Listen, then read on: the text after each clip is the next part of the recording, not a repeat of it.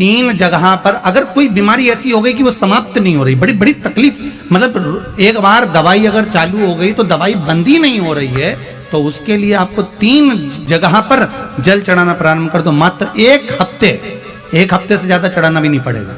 जैसे 1 हफ्ते आप टेबलेट लेते हो, गोली लेते हो, 1 हफ्ते चढ़ाना प्रारंभ कर दो। सबसे पहले बेलपत्री के पेड़ के नीचे क्या करना है, जल का पात्र लेना है, उसमें 2 दाने चावल के डालिए, 2 दाने अक्षत के डालिए। पहले बेलपत्री के पेड़ के नीचे जाओ, वहां जल चढ़ाओ, फिर जाइए पीपल के वृक्ष के नीचे, वहां जल चढ़ाइए, आखिरी में या तो शमी के नीचे या फिर आंवले के नीचे, इन दोनों में से कोई एक वृक्ष जिसके नीचे। पर 1 हफ्ते अगर आपने आंवले में चढ़ाया है तो आंवले में ही चढ़ाना, शमी में चढ़ाया है तो शमी में चढ़ाना, ये बदल के मत चढ़ाना कि आज मैं शमी में चढ़ा देती हूँ कल आंवले में चढ़ा दूंगी, ऐसा नहीं। और ध्यान रखिए एक बात का, कई माताएं क्या करती हैं, पशुपति व्रत करती हैं, तो अभी मैं ये वाले मंदिर में कर लेती हूँ, अगला मैं उस मंदिर में कर लूंगी, अगला मायके में जाके कर लूंगी, ये गलत है। अगर पशुपति नाथ का व्रत कर रहे हो तो एक ही मंदिर में करना है। आप जिस भूमि पर रह रहे हो और जिस जगह जिस घर में आप रह रहे हो और उस घर में एक ना एक अगर व्यक्ति बीमार पड़ रहा है, एक उठा एक बीमार हुआ, फिर एक उठा फिर एक बीमार, या घर में 5 लोग रह रहे हैं और 5 का मन अशांत है, घर के बाहर निकलते हो मन में बहुत शांति होती है, कहीं रहते हो बहुत शांति होती है, पर घर में हो गिने हुए, एक घर में बूढ़े माँ बाप हैं, एक बेटा बहू है और उनका एक लड़का है, गिने चुने 5-6 लोग घर में रह रहे हैं।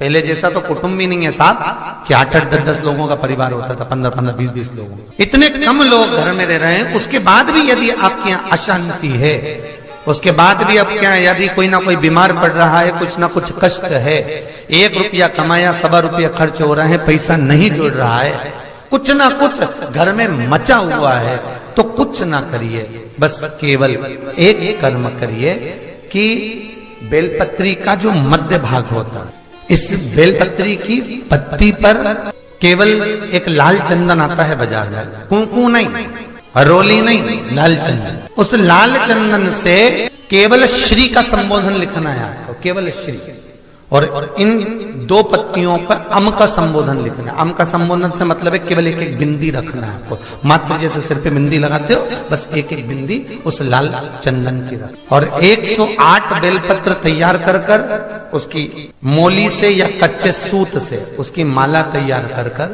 घर में उसको मात्र 2 घंटे रख लीजिए और सबके हाथ का स्पर्श कराकर हनुमान जी के गले में उसको गले में डाल दीजिए। जिंदगी में कभी बीमार पड़ ही नहीं सकता, उसका रोग मुक्ति के लिए, कार्य सिद्धि के लिए, अच्छे फल के लिए। ये जो घर में क्लेश मचा रहता है, कभी बहू नहीं सुन रही, कभी सास नहीं सुन रही, कभी बेटा नहीं सुन रहा, कभी पिता नहीं सुन रहा, कभी जरा सी बात में क्लेश जो उत्पन्न होता है, शिव पुराण कहती है, शंकर की कथा कहती है, शंकर का अनुमोदन कर रहा है, और स्कंद पुराण का 3रा अंश कह रहा है कि बेलपत्र जो हम समर्पित करते हैं महाराज, उसका सुख ही, शंकर दुख को काटने, दुख का शमन करने।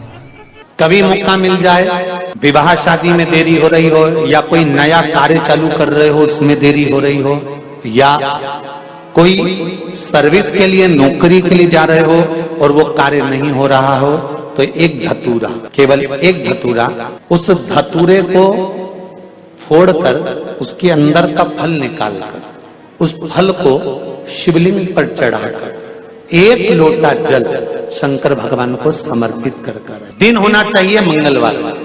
कौन सा दिन होना चाहिए, जम के बोलो जरा, मंगलवार समर्पित करो। उसके बाद में आप विवाह के लिए अगर समर्पित करे हैं तो विवाह में देरी नहीं होगी, व्यवसाय और व्यापार के लिए या नौकरी के लिए समर्पित करे हैं तो उसमें देरी नहीं होगी। एक बहुत कष्टमय जीवन चल रहा है, हार गए हर जगह से और तकलीफमय जीवन चल रहा है, तो पंचमुखी हनुमान का एक शिव महापुराण का और स्कंद पुराण का एक बड़ा सुंदर मंत्र है। उस मंत्र को आप सब एक बार हमारे साथ में बोलें। ओम नमो हनुमते रुद्र अवताराय सर्व शत्रु संहारणाय सर्व रोग हराय सर्व वशीकरणाय रामदूताय स्वाहा। बस इस मंत्र को हाथ में काली तिल लेकर, एक जौ लेकर और गूगल लेकर, थोड़ा सा उसमें गाय का घी डालकर, कंडे को या अग्नि को जलाकर इस मंत्र का 11 बार 21 बार जाप कर कर अपनी कामना कर कर छोड़ दीजिए। कैसा भी रोग हो, बीमारी हो, कष्ट हो, दुख हो, तकलीफ हो, 21 दिन के अंदर वो आनंद आना प्रारंभ कर देता है हमारा। इस मंत्र, स्कंद पुराण का, शिव महापुराण का ये मंत्र मूल पंचमुखी हनुमान में हमारे परिवार को जोड़ कर रखती है। जिसका परिवार टूट रहा हो, समझ लेना उसके यहाँ खेव निधि की कमी है। खेव निधि जोड़ने के लिए क्या करा जाता है, उसका केवल एक ही क्रम है, खेव निधि को जोड़ने के लिए। महीने भर में एक, पूरे महीने में एक कच्चा सूत, जानते हो कच्चा सूत, कच्चे सूत की बाती बनाई। काय की बाती बनाओ? कच्चे सूत की बाती बनाकर 108 बाती का निर्माण कर कर खेव निधि के भाव से श्री हनुमान जी के मंदिर में लगा दीजिए। आपके बहू बेटे में अगर लड़ाई है, सास बहू में लड़ाई है, भाई भाई में लड़ाई है, कहीं संबंध विच्छेद हो रहे हैं, किसी का तलाक जैसा हो रहा है, तो वो वापस जुड़ने की कतार पर आ जाता है। जोड़ने का जो प्रयास करे। कई लोग तो ऐसे हैं, उनका आज तक हनुमान चालीसा पढ़ना नहीं है, आज तक कोई चालीसा, चाहे गायत्री चालीसा हो, लक्ष्मी चालीसा हो, शिव चालीसा हो, पढ़ना ही नहीं आती। बस बैठ गए भगवान के सामने और पढ़ लिया आसन लगा के। नहीं नहीं नहीं, चालीसा पढ़ने का भी एक नियम है। अगर कोई लक्ष्य लेकर पढ़ रहे हो तो उसका एक नियम है। पूरी जिंदगी पढ़ते रहोगे तो भगवान की प्राप्ति नहीं है। पर लक्ष्य लेकर अगर पढ़ा है, आसन से जिस भगवान की चालीसा पढ़ रहे हो उसकी मूर्ति या उसका फोटो आपके सामने होना चाहिए। एक घी का दिया, अगर हनुमान चालीसा पढ़ रहे हो तो या तो घी का दिया जलाओ, वो भी गाय के घी का हो, भैंस के घी का मत जलाना।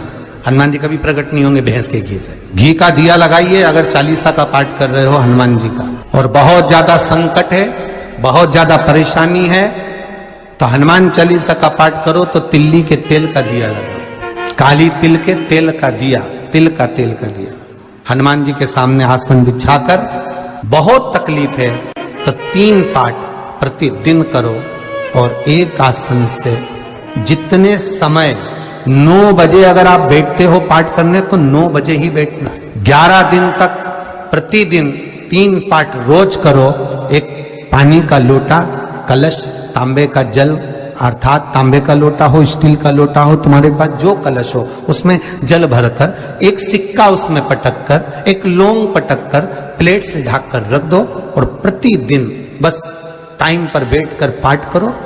11 दिन पूर्ण होंगे, जिस कामना से आपने पाठ करा है बस वो सिक्का, वो लौंग कलश में से निकाल लो, जल का आचमन करो और जिस काम के लिए करा है वो जल उस प्रयोग में ले लो। उस प्रयोग, किसी से बात करने जाना है तो वो जल पी कर जाइए, कोई से हाथ मिलाना है तो वो सिक्का, वो लौंग अपने हाथ में रखिए अपने साथ। आपकी कोई कामना है, आपका कोई भाव है, आपके हृदय की कोई बात है जो बहुत दिनों से लगे हुए हो और बाबा हो सकता है कि किसी कारणवश पूर्ण ना हो रहा हो।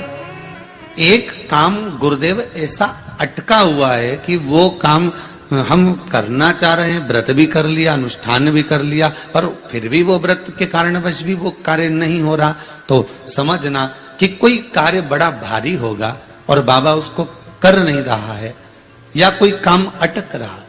तो हमने पहले भी कहा, ये बीच की जो पत्ती है ये देव अधिदेव महादेव, ये ब्रह्मा, ये विष्णु, इन दोनों पत्ती के मिलन से लेकर इस पत्ती के बीच की जो डंडी है, ये नीचे की डंडी का वर्णन नहीं कर रहे हैं, इन दोनों पत्तियों के बीच में जो डंडी है बची हुई, जो तीनों के बीच में एक डंडी का जो भाव है, ये माता जगत जननी जगदम्बा माता पार्वती। इस डंडी के नीचे का जितना भाग है ये 33 कोटि देवताओं को दर्शाता। पिछले वर्ष की श्रावण की कथा यदि आप निकालेंगे और उसको पेज पर जाकर आप सुनेंगे तो आपको प्राप्त होगा कि उसमें भी कहा था कि जब आप पशुपति व्रत कर रहे हो या कोई नियम धारण कर रहे हो या कोई आपने नियम उठा रखा है और वो कार्य आपका हो ही नहीं रहा, आपने 2 बार पशुपति व्रत कर लिए, आपने ये कर लिया, आपने प्रदोष कर लिया, आपने सोमवार कर लिया, आपने सारे अनुष्ठान कर लिए, बहुत सारे उपाय भी करे तो भी नहीं हो रहा है, तो इस बीच वाली पत्ती पर शहद लगाकर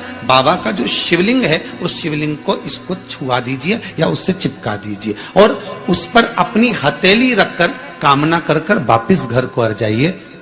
बाबा आपकी वो मुराद शीघ्र 3 महीने के अंदर पूरा कर ही देता है। एक बेलपत्री में पशुपति अस्त्र का बल है महाराज, एक बेलपत्री में पशुपति अस्त्र का बल है।